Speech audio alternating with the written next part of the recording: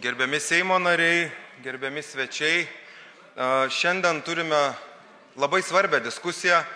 Aš džiaugiuosi, kad joje dalyvaus ne tik tai opozicijos, bet ir valdančiųjų atstovai. Gaila, kad nematau vidaus reikalų ministrės, bet žinau, kad valstybės valdymo ir savivaldybių reikalų komiteto pirmininkas stebi mus per nuotolį. Tai iš tikrųjų pavadinimas mano pranešimo šiandien ir yra toksai, kai buvo įgarsinta, iki šiol vykdyta regioninė politika buvo labiau deklaratyvi. Ir tai yra citata iš dabartinės vyriausybės programos, kuri buvo patvirtinta 20 metų pabaigoje. Deja, tai, kad pastaruoju metu iš ligoninių bėga medikai, keliai pasiekia kritinę būklę, mokytojai nebesupranta, kaip dirbti, jų profesiją paskelbus prestižinę, o valstybės ir verslo paslaugų tinklas tik traukiasi, verčia klausti, o kokia yra šios daugumos regioninė politika. Apie tai šiandien ir norėsime padiskutuoti su garbiais prelegentais, kurie štai čia sėdi, ir jumis, gerbiami kolegos Seimo nariai. Esminis klausimas, kurį norėčiau mums visiems užduoti, yra kelintais metais neteksime Pagėgių ir Skuodo. Kodėl klausiu? Štai šiek tiek statistikos. Remiantis registrų centro duomenimis, per pastaruosius 2 metus gyventojų skaičius Lietuvoje sumažėjo net 46 savivaldybėse. Biržų, Ignalinos, Kelmės, Kupiškio, Lazdijų, Pakruojo, Pasvalio, Rokiškio, Šakių, Šilalės rajonuose gyventojų sumažėjo po 4%. Pagėgių ir Skuodo savivaldybėse virš 5%. Gyventojų skaičius paaugo iš principo tik tai didmiesčiuose ir kurortuose. Be vidinės gyventojų migracijos neramina ir vėl galvą kelianti emigracija iš Lietuvos. Lietuvos duomenų agentūros duomenimis 22 metų sausio rugpjūčio mėnesiais iš Lietuvos išvyko 2 kart daugiau asmenų negu tuo pačiu metu prieš metus. Ir didžiąją dalį tų išvykusių sudaro Lietuvos piliečiai. Taigi galime paskaičiuoti, kad nepakeitę tendencijos apie 2060 metus jau pasitiksime be Skuodo ir Pagėgių, o kovo 11-osios 80-metį švęsime jau tik tai didmiesčiuose ir kurortuose. Kiekvienas regioninės politikos teoretikas jums pasakys, kad pakeisti natūralią žmonių tėkmę į didmiesčius ir turtingesnės šalis galima veikiant 2 kryptimis. Pirma, kuriant darbo vietas, o antra, užtikrinant kokybiškas paslaugas ir jų greitą pasiekiamumą, kad ir kur žmogus gyventų.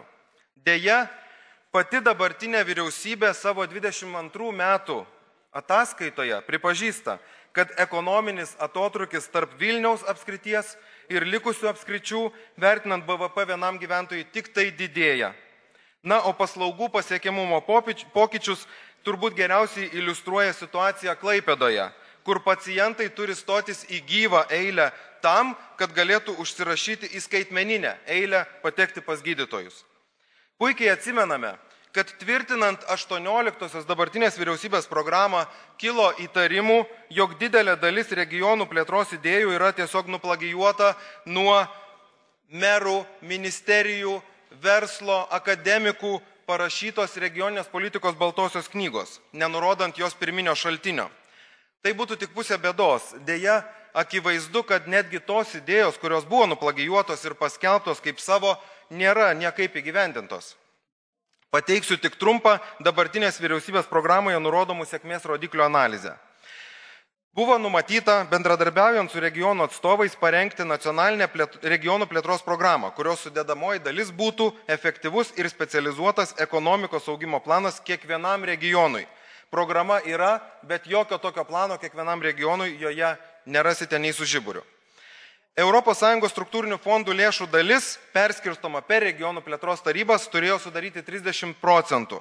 Šis rodiklis toli gražu nėra pasiektas, o ES investicijos vėluoja iš principo, na ir skirstomos jos bus ne taip, kaip buvo numatyta, nesuteikiant visišką sprendimo teisę regionams, o tiesiog nuleidžiant jiems ministerijų aprašus ir regionus iš principo padarant tiesiog ministerijų planų įgyvendintojais. Dabartinė vyriausybė buvo įvardinusi ir pagrindinės planuojamas iniciatyvas. Deja, su jų įgyvendinimu irgi nieko nepavyko.